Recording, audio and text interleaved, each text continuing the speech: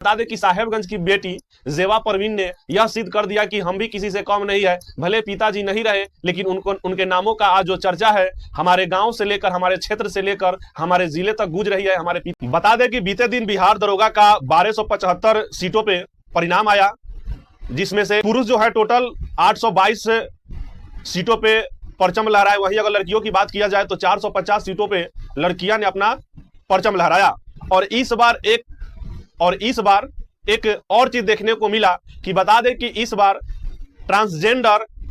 तीन ट्रांसजेंडर जो है वो हमारे बिहार दरोगा में सिलेक्शन हुए हैं। और बता दें कि हमारे बिहार के लिए गर्व की बात है कि पूरे देश में पहली बार कोई महिला दरोगा वो भी ट्रांसजेंडर बनी है। हमारी बिहार की ही बेटी मानवी मधु यह सिद्ध कर दी कि हम भी किसी से कम नहीं।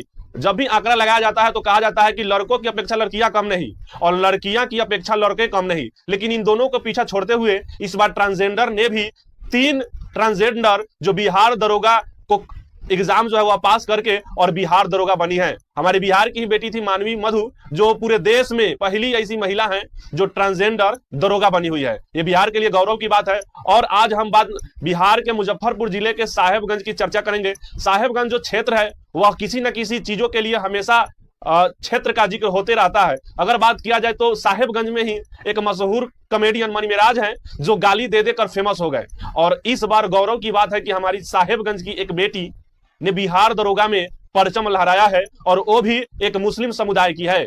तो एक तरफ मनी मेराज वो भी मुस्लिम समुदाय के है और दूसरी तरफ एक बेटी जो मुस्लिम समुदाय के होते हुए अपने गांव, अपने समाज और खासकर साहेबगंज का नाम रोशन की है।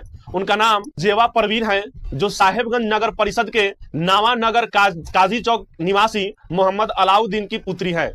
अगर इनके संघर्षों की बात किया जाए तो ये साहेबगंज से ही इंटर की पढ़ाई किए थे, उसके बाद ग्रेजुएशन की पढ़ाई मुजफ्फरपुर से किए।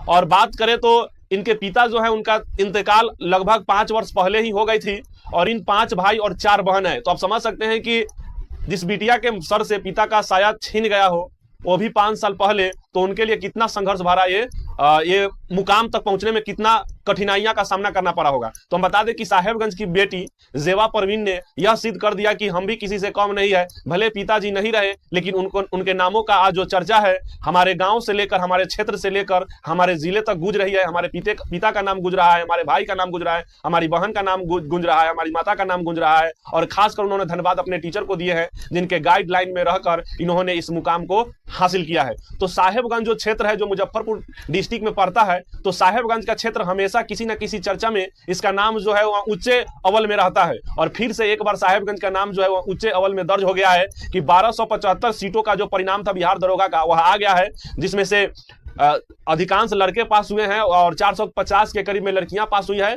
और इस बार ट्रांसजेंडर जो है वह 3 पास हुए हैं और उसी 1275 सीट में से एक सीट साहिबगंज की बिटिया ने लाया है। और लाकर इन्होंने यह सिद्ध कर दिया कि भले हमारे सर पे पिता का साया न रहा हो, लेकिन हमारे लिए जो चुनौतियां थी वह काफी कठिनाइयां भरा चुनौतियां था, लेकिन सभी चुनौतियां को हमने पार करते हुए हमने उस मुकाम तक पहुंच गया है, जिस मुकाम के बदले मेरे माता पिता, मेरे भाई बहन, मेरे गांव समाज का नाम जो है वह आज बड़े गर्व से लिया जा रहा है कि हमने बिहार दरोगा निकाला। और उसी के साथ साथ हमारे गांव का भी नाम हो रहा है, हमारे साहेबगंज का भी नाम हो रहा है। तो हम बता दें कि इस तरह टैलेंट से भरे जो बच्चे होते हैं वह कहने योग्य नहीं होते, उनमें टैलेंट जो है वह कुट का भरा रहता है।